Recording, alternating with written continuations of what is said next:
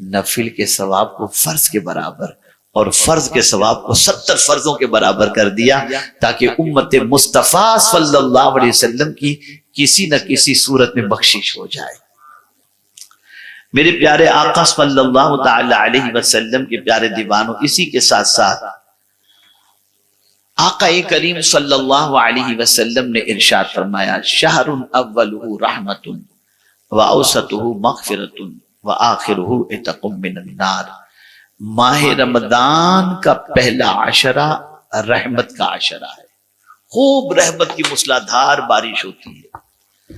درمیان کا عشرہ مغفرت کا عشرہ ہے، اور اخیر کا عشرہ، عشرہ سے مراد 10 دن جو ہیں، اخیر کا عشرہ یہ جہنم سے چھٹکارے کا عشرہ ہے۔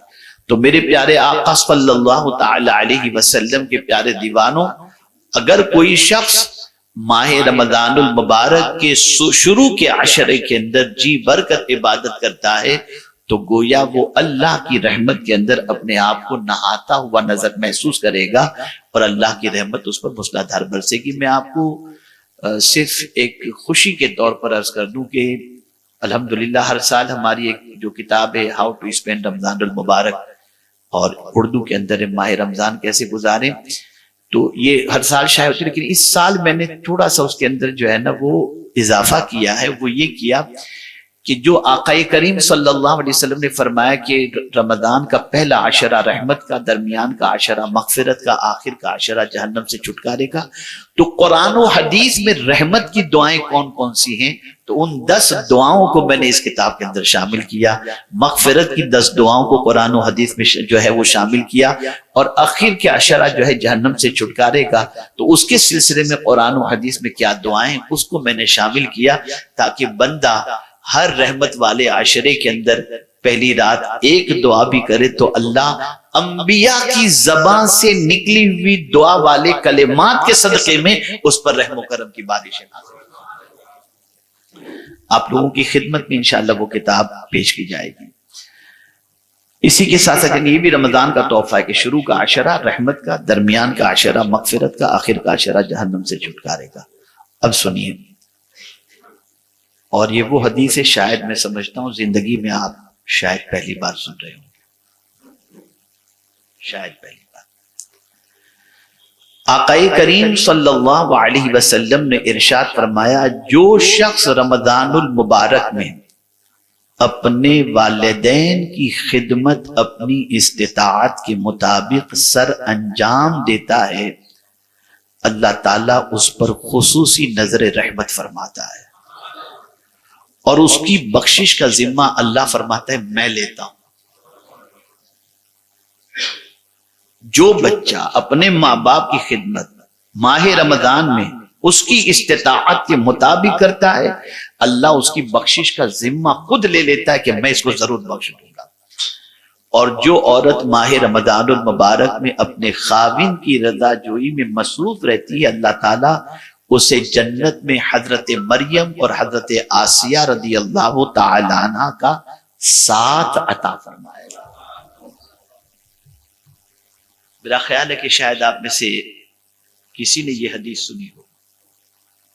آپ اندازہ لگائیں جس طرح سے ماں باپ کے عام دنوں میں خدمت کا ثواب رکھا گیا ہے، اسی طریقے سے ماہ رمضان المبارک میں جب اللہ ثواب میں اضافہ فرما دیتا ہے تو ماں باپ کی خدمت پر بھی اللہ عز و جل ثواب کے اندر اضافہ فرما دیتا ہے۔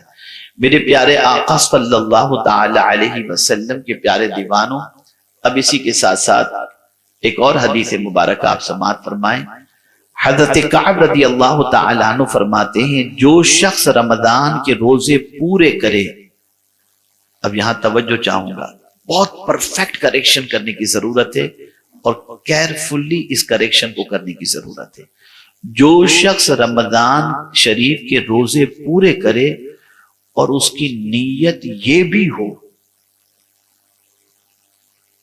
اب نیت کیا رکھنی ہے اس کو ذہن میں رکھیں، اور اس کی نیت یہ بھی ہو کہ رمضان المبارک کے بعد بھی گناہوں سے بچتا رہوں گا بغیر حساب و کتاب و سوال و جواب کے، اللہ اسے جنت میں داخل فرما دے گا۔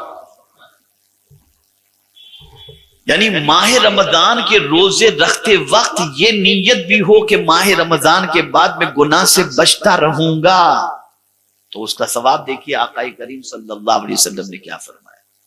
اور میں سمجھتا ہوں یہ نیت دور تک بھی شاید کسی کی ہو، یا کوئی روزہ رکھنے والا یہ نیت کرتا ہو۔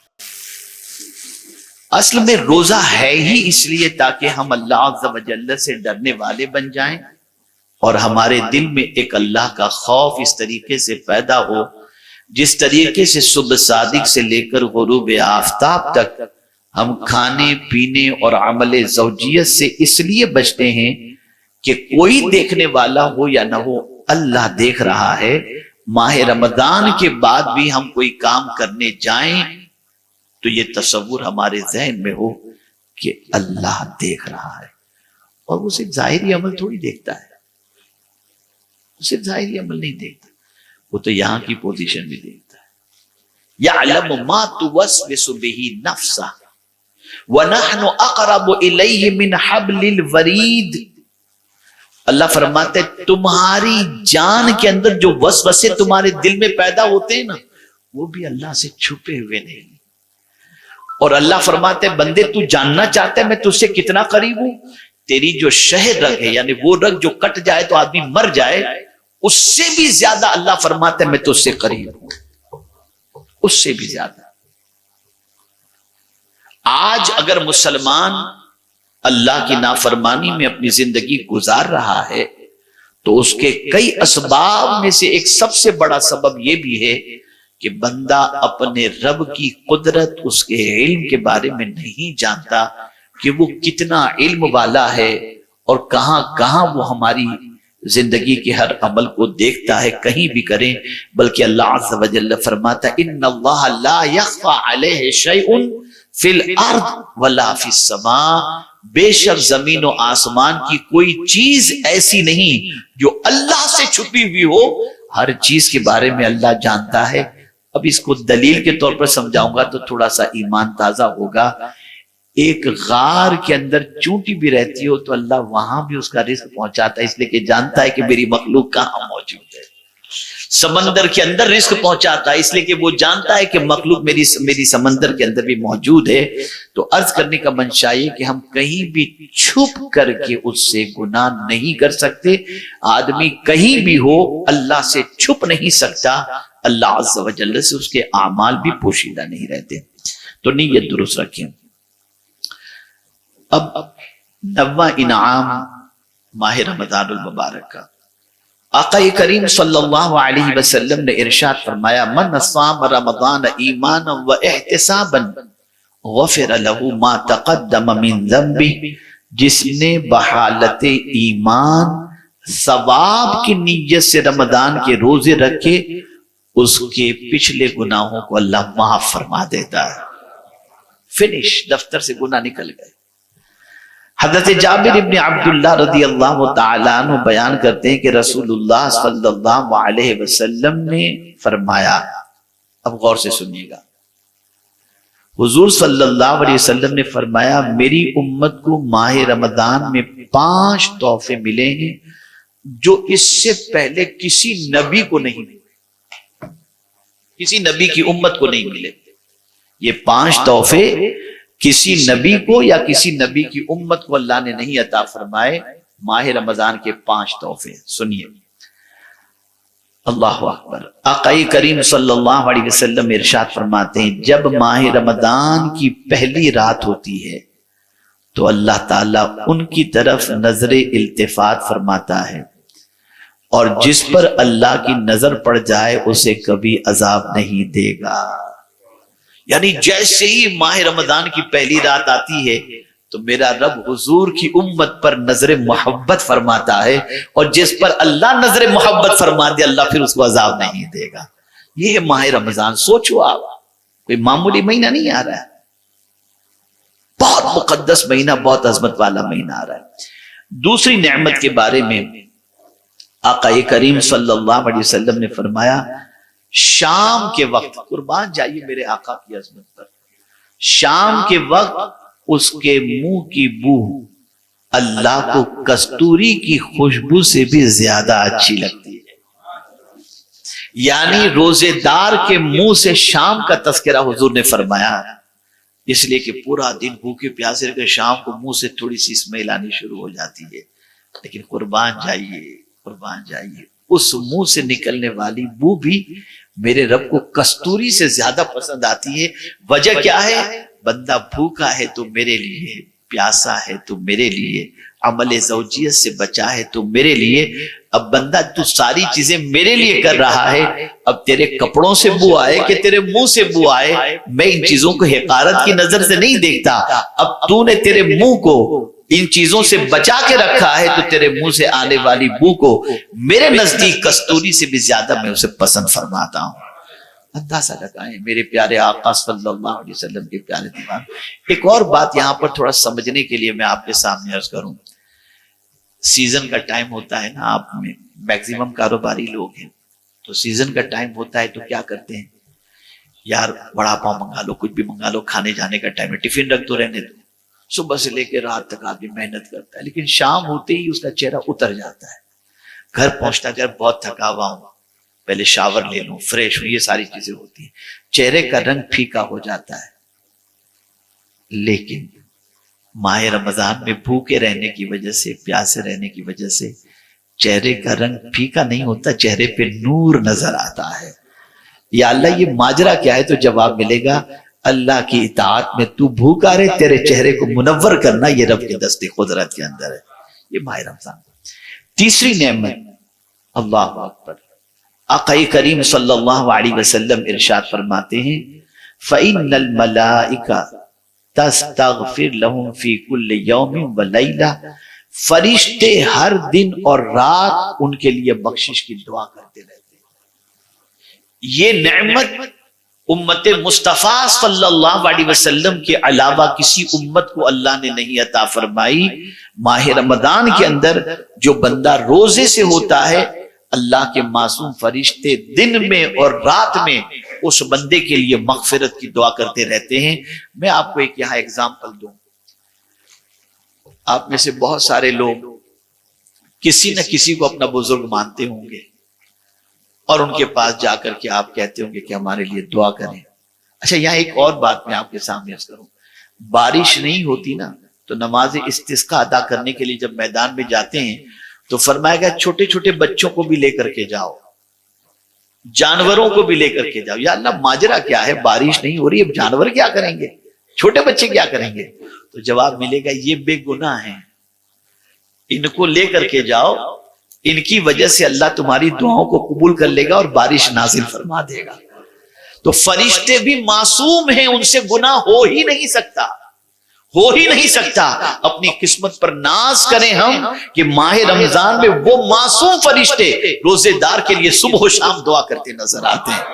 کتنا بڑا انعام ہے بھئی۔ گناہ دعا قبول نہ ہونے کے کئی اسباب میں سے ایک سبب یہ بھی ہے کہ کچھ گناہ ایسے ہوتے ہیں جس کی وجہ سے ہماری دعائیں قبول نہیں ہوتی، لیکن جو دعا کرنے والا ایسا ہو کہ جس سے گناہ ہی کبھی نہ ہوتا ہو، وہی نہ ہو، گناہ ہو ہی نہیں سکتا، جب وہ مغفرت کی دعا کرے تو اللہ اس کی دعا کو قبول فرماتا ہے۔ اسی کے ساتھ ساتھ چوتھی نعمت آقا کریم صلی اللہ علیہ وسلم نے ارشاد فرمائی، اللہ عز و جل اپنی جنت کو حکم دیتے ہوئے کہتا ہے میرے بندوں کے لیے تیاری کر لے اور مزین ہو جا، قریب ہے کہ وہ دنیا کی تھکاوٹ سے میرے گھر اور میرے دار رحمت میں آ کر کے آرام کریں گے۔ یعنی جنت کو سجنے کا حکم دے دیا جاتا ہے، سنورنے کا حکم دے دیا جاتا ہے کہ میرے بندے جنہوں نے روزے رکھے ہیں نا، وہ روزے رکھ کے تھک چکے ہوں گے، اے جنت تو سنور جا، جب یہاں آئیں تو ان کو کوئی تھکاوٹ نہ ہو، اتنی اچھی جنت دیکھ کر ان کی طبیعت باغ باغ ہو جائے، ان کی ساری تھکاوٹ دور ہو جائے۔ یہ جنت کو سجنے کا حکم اللہ عز و جل عطا فرماتا ہے۔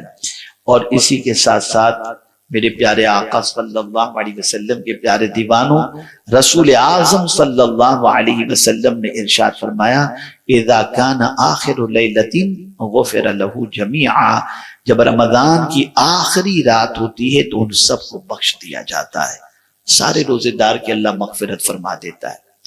اب یہاں پر ایک صحابی نے عرض کیا یا رسول اللہ صلی اللہ تعالی علیہ وسلم، یہ جو آپ نے آخری رات فرمائی ہے تو اس سے کیا 29ویں شب یعنی لیلۃ القدر؟ اس لیے کہ 5 راتیں ہیں جن کو قدر والی رات کہا جاتا ہے، 21، 23، 25، 27، 29۔ ان 5 راتوں میں سے کوئی نہ کوئی ایک رات جس کو لیلۃ القدر، ان 5 راتوں میں قدر والی رات تلاش کرنی چاہیے۔ تو صحابی نے پوچھا کہ یا رسول اللہ صلی اللہ علیہ وسلم، کیا اس سے مراد لیلۃ القدر ہے؟ تو سرکار صلی اللہ علیہ وسلم نے فرمایا نہیں، کیا کسی مزدوری کرنے والے کو تم نے دیکھا ہے کہ جب وہ مزدوری پوری کر لیتا ہے تو اس کو اجر نہیں دیا جاتا؟ تو یہ مراد یہ ہے اس سے کہ رمضان کی آخری رات اللہ سب کی مغفرت فرما دیتا ہے، سب کی مغفرت فرما دیتا ہے۔ یہ میرے پیارے آقا صلی اللہ علیہ وسلم کے پیارے دیوانوں، ایز پر شیڈول جو میں 40 سے 45 سے 50 منٹ تک گفتگو کرتا ہوں، اور آپ ماشاءاللہ ہمیشہ جب بھی گفتگو آپ تک پہنچانی ہوتی ہے آپ بیفور ٹائم اور ٹائم پر آپ تشریف لے آتے ہیں، اور میں اسی وقت کے اندر مکمل کرنے کی کوشش کرتا ہوں۔ تو یہ چند انعامات تھے جو اللہ عز و جل اپنے پیارے حبیب صلی اللہ علیہ وسلم کی امت پر اس ماہ مبارک کے اندر عطا فرماتا ہے۔ اب خوش نصیب ہے وہ شخص جو اس ماہ مبارک کی قدر کرے۔ اب ان انعامات کو سینے سے لگانا یہ ہماری ذمہ داری ہے، ان انعامات کی قدر کرنا یہ ہماری ذمہ داری ہے، ان انعامات سے محبت کرنا ہماری ذمہ داری ہے۔ اگر ہم نے اللہ عز و جل کی اس دی ہوئی نعمت کی ناقدری کی، معاف کیجیے گا، ہمارے بہت سارے بچے بچیاں بیڈمنٹن پورا سال نہیں کھیلیں گے، رمضان میں رات کو بیڈمنٹن کھیلیں گے، کیرم کھیلیں گے، لوڈو کھیلیں گے، پتہ نہیں کیا کیا کرتے رہتے ہیں۔ اور میں نے تو کچھ عرصے پہلے ایک صاحب کو دیکھا جو رات کو رمضان میں ٹورنامنٹ سیٹ کرتے تھے۔ انا للہ و انا الیہ۔ آپ ذرا سوچو ہماری قوم کہاں جا رہی ہے۔ جن راتوں کو اللہ عز و جل نے رحمت و مغفرت و جہنم سے نجات والی رات بتائی ہو، اس میں بھی بندہ عبادت کرنے کے لیے تیار نہ۔ 3 کام خالی کرتا ہے، سحری، افطاری، تراویح، اور پوری رات گپ شپ۔ بیٹھیں گے، چل بھائی یہ لے آ، چل، یہ سمجھتے ہیں جیسے پارٹی کا مہینہ آ گیا۔ العیاذ باللہ، العیاذ باللہ۔ یہ مہینہ وہ ہے کہ اس کا ایک ایک لمحہ قدر کرنے کا ہے، اور ایک ایک لمحے کی قدر کرنی چاہیے، ورنہ اچھی طریقے سے یاد رکھیں۔ ایک جملے میں اپنی گفتگو کو ختم کرتا ہوں، رمضان مہمان بن کر کے آتا ہے، بس اتنا خیال کرنا، یہ مہمان جب ہمارے یہاں سے جائے نا تو ناراض ہو کر نہ جائے، خوش ہو کر کے جائے۔ اس کا ویلکم، اس میں عبادت اس طریقے سے کریں کہ جب یہ ماہ رمضان المبارک رخصت ہو تو ہم سے راضی ہو کر کے جائے کہ ہم نے اس ماہ مبارک کی صحیح معنوں میں قدر کی۔ گھروں کے اندر اہتمام کریں، تلاوت کا اہتمام کریں، درود مبارکہ کا اہتمام کریں۔ اور کل ہی میری ایک کلپ جو ہے SDI چینل پر آئی ہے سورہ یاسین کی فضیلت سے متعلق، اسے سن لیجئے گا، 19 یا 17 منٹ کی کلپ ہے۔ میں نے اس کے اندر ایک بات خاص طور پر رکھی ہے سورہ یاسین کی فضیلت بتاتے ہوئے کہ اس میں جتنی آیتیں ہیں، روزانہ اگر کوئی بندہ 3 آیتیں یاد کر لے رمضان شریف میں، 3 آیتیں، تو پورے رمضان میں پوری سورہ یاسین شریف اسے یاد ہو جائے گی۔ اور سورہ یاسین شریف اسے یاد ہو گئی تو اس کی برکتوں کو جب آپ سنیں گے تو آپ کو ایسا ہوگا کہ میں کوئی صبح ایسی کروں ہی نہیں جس کے اندر فجر کی نماز کے بعد یاسین شریف کی تلاوت نہ کروں۔ تو میری گزارش ہے جہاں بہت سارے کام آپ کریں اس میں سورہ یاسین شریف کو یاد کرنے کی بھی کوشش کریں، قرآن پڑھیں، اور خاص طور پر سحری کے وقت آپ جب بیدار ہوں، سحری سنت ہے، اس کی بھی انشاءاللہ روز ایک ایک کلپ آتی جائے گی، اور آپ تک پہنچے تو آپ اس کو وائرل کریں دوسروں تک، اس لیے نہیں کہ میری کلپ ہے، اس لیے کہ لوگ ان وقتوں کی قدر کریں، اور ساتھ ہی ساتھ رسول اعظم صلی اللہ علیہ وسلم کے ارشادات پر عمل کرنے کا جذبہ پیدا ہو۔ تو میرے پیارے آقا صلی اللہ علیہ وسلم کے پیارے دیوانوں، یہ چند انعامات کا تذکرہ میں نے آپ کے سامنے کیا۔ اللہ تعالیٰ آقا کریم رؤوف الرحیم علیہ تحیت و تسلیم کے صدقہ و توفیل مجھے آپ کو سب کو ماہ رمضان المبارک میں ملنے والے انعامات کی قدر کرنے کی توفیق نصیب فرمائے اور ماہ رمضان المبارک کو عبادت و ریاضت میں گزارنے کی توفیق نصیب فرمائے۔ وما علینا الا البلاغ المبین۔ السلام علیکم ورحمۃ اللہ وبرکاتہ۔